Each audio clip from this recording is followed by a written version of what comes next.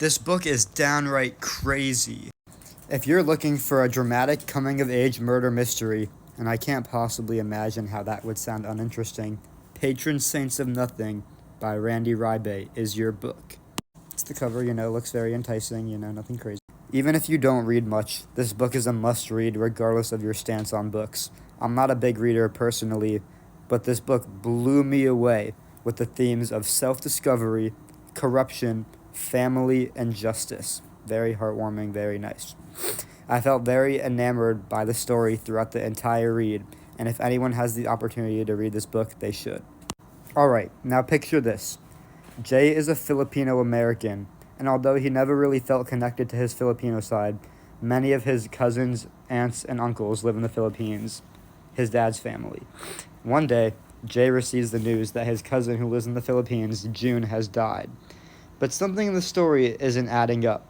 The details of the death are spotty and incomplete, like a puzzle with critical pieces missing, and Jay can feel it. He senses that something's off. So not accepting the surface-level information, he takes it upon himself to do more. Jay goes on a trip to the Philippines seeking justice. However, what Jay cannot have predicted is how this trip will become a journey of self-discovery. He ventures across the Pacific Ocean to the Philippines and uncovers a world of political corruption, family secrets, and a brutal Philippine drug war that has taken the lives of tens of thousands of people, which also doesn't include the families that have been affected by having their children gunned down in the streets for using drugs. The antagonist in the story is Jay's uncle and June's father, Tito Manning, or just Manning because Tito is uncle. He is a high-ranking police officer in the Philippines, and he obviously feeds into the corruption of the government and makes his presence throughout the entire story felt.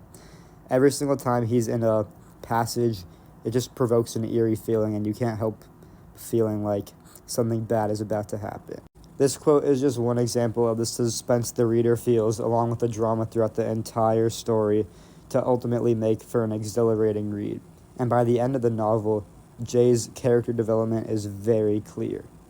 This quote just really encapsulates Jay as a character and is a super heartwarming and wholesome way to approach the end of the story.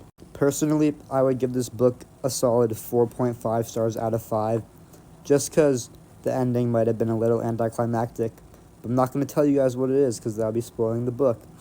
But I would recommend this book to anyone who's somewhat interested in Filipino history and the culture, or just anyone who isn't really a big reader and who wants to get into reading, because personally I don't read a lot, but I thought this book was great and very entertaining and very nice. So that is who I would recommend the book to, and this was a great book and you should read it.